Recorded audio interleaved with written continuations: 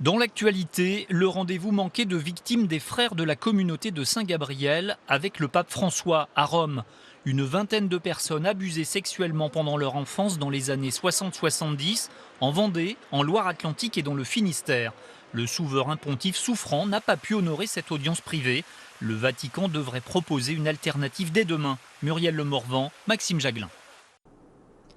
Hier, à l'heure où la délégation des victimes survolait l'Italie vers Rome, au Vatican, fait exceptionnel, le pape François n'était pas en mesure de prononcer intégralement le traditionnel Angélus dominical.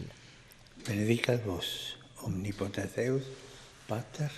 La perfusion sur sa main droite trahit la dégradation de son état de santé.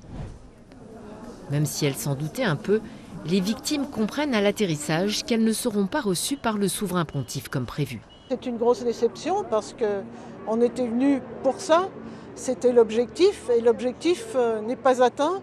Donc on lui souhaite un prompt rétablissement au pape François, mais on est quand même très dépité.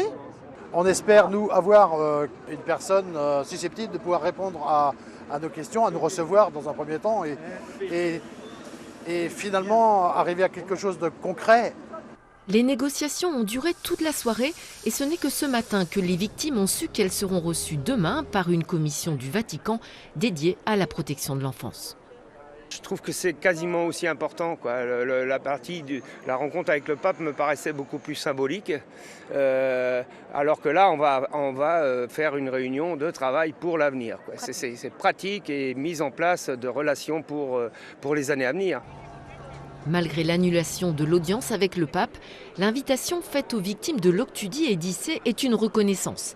Celle d'une démarche conjointe et exemplaire avec la congrégation dont étaient issus les frères abuseurs. C'est vrai que les frères de Saint-Gabriel sont rentrés dans le processus, qu'ils ont été à l'écoute et que le chemin s'est fait ensemble. Donc il y a vraiment eu un partage de la réflexion. Ça n'a pas été le cas dans d'autres affaires. Par exemple, l'association La Parole Libérée à Lyon avait une approche beaucoup plus frontale, beaucoup plus agressive vis-à-vis du cardinal Barbarin. Et cette stratégie a fait qu'il y a eu un blocage absolu au niveau du Vatican. Au-delà de l'entrevue prévue demain matin avec des représentants du Vatican, certaines victimes espèrent encore secrètement qu'une nouvelle audience sera programmable avec le pape François quand son état de santé le permettra.